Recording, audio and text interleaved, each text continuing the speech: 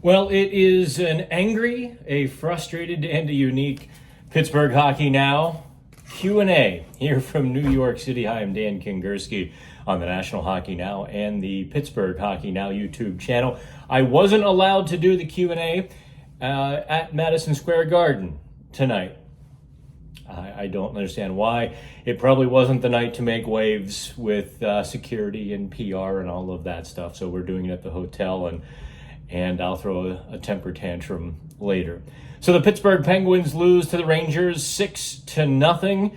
And yeah, it was an interesting night because Mike Sullivan was asked a very well-worded question about Jeff Carter and Brian Dumoulin. And Sullivan went, he didn't dodge. When I heard the question coming, I didn't ask it. It was one of those nights where I had other questions. I didn't in a million years think I would get an answer to something like that. Lo and behold, Mike Sullivan went on a 2-minute lengthy answer, which you can see on Pittsburgh Hockey Now. Full video, transcript, and story is there now. Do me a favor, check it out. Also, before you do that, like and subscribe to the National Hockey Now YouTube channel and the Pittsburgh Hockey Now channel on the big channel.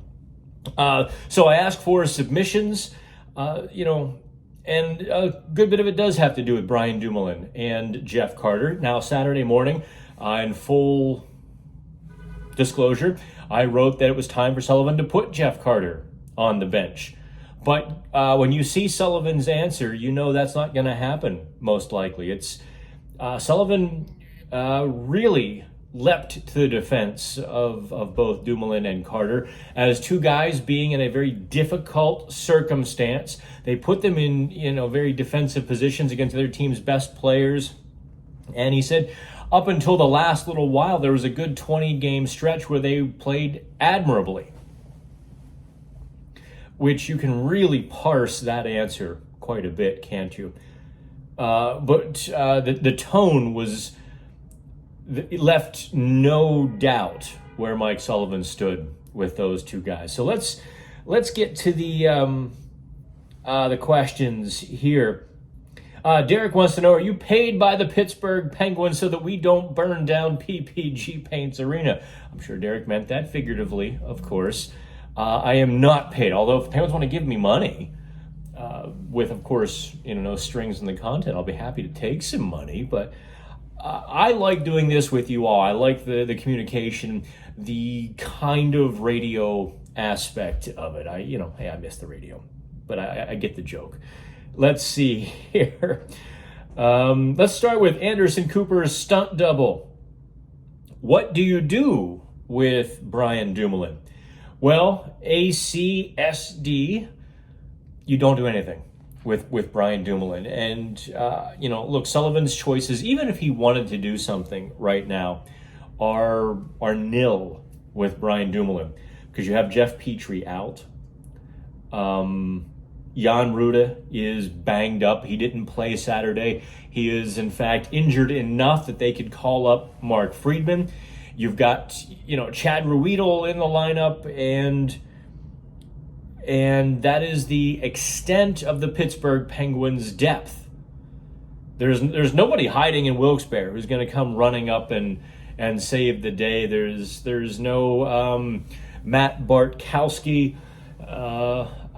Honestly, I don't even know if Taylor Fadoon is still with the organization.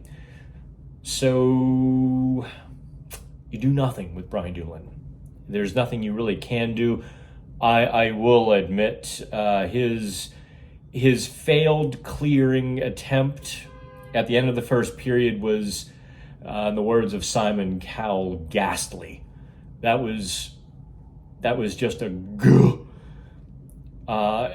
And look, I wish that those guys, I kind of elbowed Mark Madden, and I said, "Oh, watch." Madden was sitting beside me in the press box. I said, "Guaranteed, Jeff Carter has a hat trick tonight." After I kind of slammed him pretty well, I slammed Sullivan a little bit too in the process. Saturday morning, saying, "Okay, it's time. Get Jeff Carter out of the lineup." They have an option with Ryan Poehling. And, when you know it, 10 seconds after I said that, Jeff Carter set up Josh Archibald for a great chance in the slot. That was probably the beginning and the end of Jeff Carter's highlight reel on Saturday.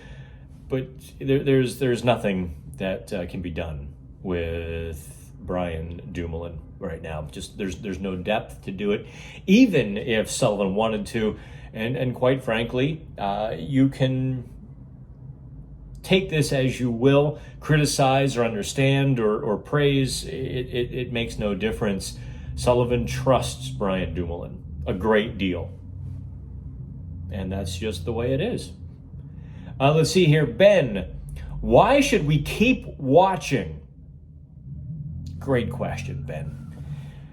Let me get into this on a couple of different, actually probably a few different levels by the time I'm done, because this is something near and dear to my heart. A sports team is not about giving you the thrill of winning. If your fandom is predicated only upon the reward of winning, well, then pick a new team every year. Grab the season previews, pick your team, and pick the one most likely to win. If that is your primary goal. I forget who wrote the book and coined the term reflected glory. And people, I think, get more and more addicted to reflected glory.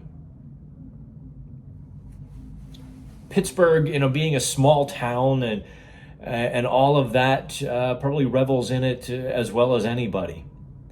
Of course, there's been a lot of glory to reflect over the last 50 years, hasn't there? A lot of Super Bowls, Stanley Cups, and I'm told there was even a World Series or two at some point in Pittsburgh. But why should you keep watching? If you're a Penguins fan, that's not a question. Let's see here. I have a weird stigmatism with my eyes. I need my glasses to see, but I can't read with them. Go figure. I guess I can take them off here for the remainder of this Q&A. Let's see here. Needle Shield. Is there any chance the Penguins fire Hextall before the end of the season?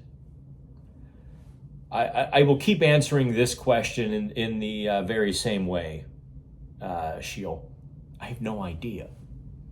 And anybody who tells you they have an idea is transposing or projecting their own viewpoint on the situation. Because the reality is, I don't think anyone even really knows who would make that decision. That's just the way it is. So first you have to find out who makes the decision, who has to approve the decision, what levels that decision has to go through.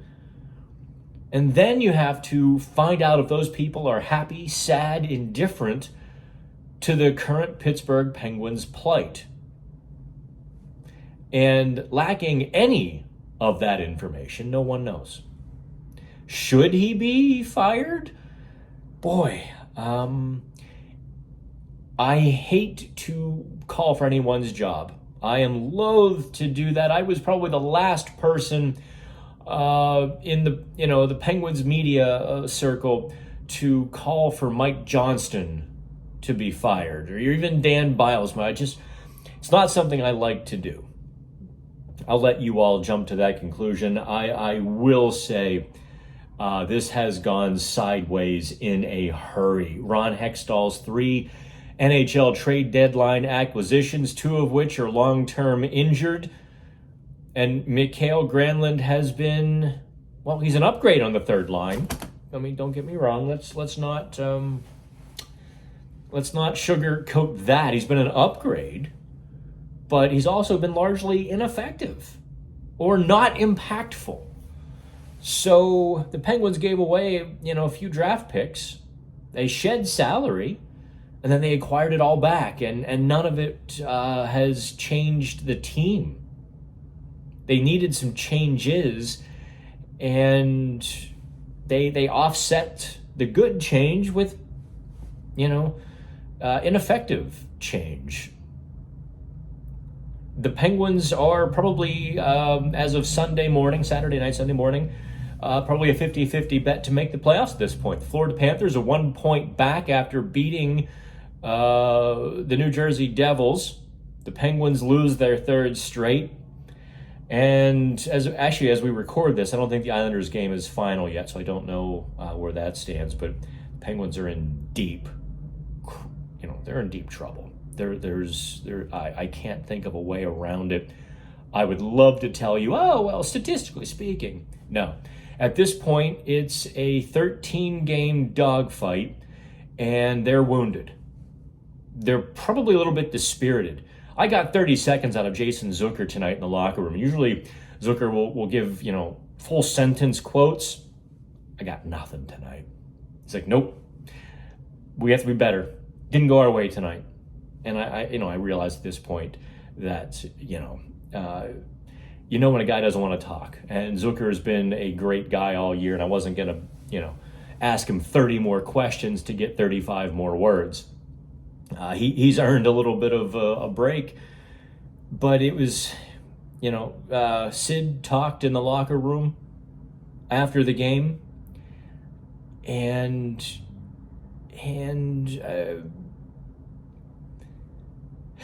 there was a disconnect. We have to move past it quickly. We have to put it behind us. We have to, learn from it. And all of those things, kind of went sideways on us. It wasn't our night. All of those sorts of little cliches. I was hoping to see a little more fire, anger, frustration, kick themselves. Instead, the room was cleared out within literally 2.5 minutes. From the time media entered to I was the last person walking out of the room. I was in a line out the room. It was 2.5 minutes, and the room was empty. So they certainly didn't want to talk to us. That was for sure. Let's see here. Joshua asked, I think, a very good question, touching on the ownership that I mentioned a few minutes ago. On a national level, can ownership hide from this? Sure, why not, Joshua? There's no rule or law that ownership has to state their intentions. They own the team. At this point, if they truly wanted to, they could gut the payroll, fire everybody. They could hire me to coach the team if they wanted to. They own the team. So they kind of get to call the shots. They get to control things. And absolutely they can hide. Mario rarely spoke. I think Mario spoke like once a year. It was never scheduled, maybe once every couple or a few years. So can they hide from this? Sure. Tell me, who's running the Penguins above Brian Burke? If anyone knows the FSG people's names who are directly overseeing it and aggressively so, well, that would be, I think, the first time it would be publicly reported. But to the larger, I'm sure it goes all the way to John Henry at some point. Filters all the way up. We'll see what they want to do. I have a feeling we will all find out together what FSG is thinking or wants to do. I also know they're not cheap, but they are cost conscious. Ask the Red Sox fans. So that leads us into Quest for 6. Any chance Mike Sullivan is in trouble? I really don't think so. I know some of my colleagues are raising an eyebrow or asking the same question. I don't think so. One, I think he's a fantastic coach. Two, I think this is bad team construction and not on the coach. And I think a lot of the team construction can be undone this summer. Because it's not Crosby, Malkin, and Letang that are the trouble with this team, is it? Right? It's kind of the bigger circle around them, and especially, a lot of the depth players who aren't very deep or very effective. Let's see here. Mikey 6735. I almost had Tommy Two-Tone stuck in my head. Or wait, was that Tommy Two-Tone? 8675309? No, that wasn't Tommy Two-Tone. Who sang that? Help me out. Anyway, do you go back to Jari on Monday? I probably don't, actually. I think at this point, Casey DeSmith offers you the best chance to win the game on Monday. The Pittsburgh Penguins badly need a win over the Ottawa Senators on Monday. I would probably shut, DeSmith able. Look, you can't have DeSmith go in and soil the bed. But DeSmith able, I would have Jari in practice on the ice every day for the next handful of days, working on what all these things, kind of give him the Matt Murray approach, where Andy Chiodo just breaks his breaks his back for a few days and and works out these kinks, and if he can't go and if he's not more than 50% healthy. I saw a couple of awkward movements on Saturday night that led me to believe that there is a little something. I don't know that it is a hip, by the way. I want to be clear on that. Everyone seems to be assuming that it is a hip. I will caution against that, because the movements, the difficulty in movement I'm seeing doesn't look like a hip. But I go with DeSmith on Monday. I have Jari on the ice tomorrow, quite frankly. I have him on the ice Monday, Tuesday, Wednesday. They do practice Wednesday in Colorado, and I had to move my flight because I never thought they'd practice, but now I think they will. So I had to spend an extra $200 to get to Denver by 11 a.m. If you could help out on Pittsburgh Hockey Now, subscribe, please.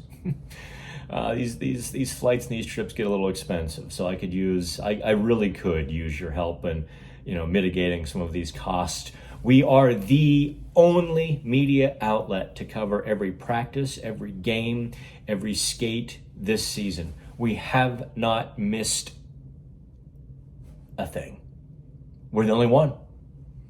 And actually, the reason for that is I rented a car in Minneapolis and drove through a snowstorm to get to Winnipeg. But I did it. It cost me $600 one day to rent a car and drive it up to Winnipeg. I did it. That's why we need you to subscribe, because I waste money doing things like that. But in service of you, and I hope you appreciate it. Let's see here. Have I gotten to all the questions? I know Mayor Bill Peduto, and I kind of miss that guy in a few different ways, wants to know who the Penguins will sign in the summer. I think it's a little premature to start looking that far ahead. I do not re-sign Brian Dumoulin unless it's really on a bargain contract. Even then, if I'm the GM, I think I want to reinvest that money elsewhere. I was very interested to see if Kulikov could hear me. There, that looks better, doesn't it? Looks like it's a real little pocket square, not my media credential. Oh, hang on here. Let me get all fancy and classy. There you go. Oops. No, I dropped it. I think Zucker, I've held my fire on this because I had a column written a little while ago and I put it on the shelf for a minute. And then the Penguins season, up and down. I mean, the Penguin season has been a vomit comet. Just with such alarming, aggressive volatility. I mean, they're not just a little bit bad or a little bit good.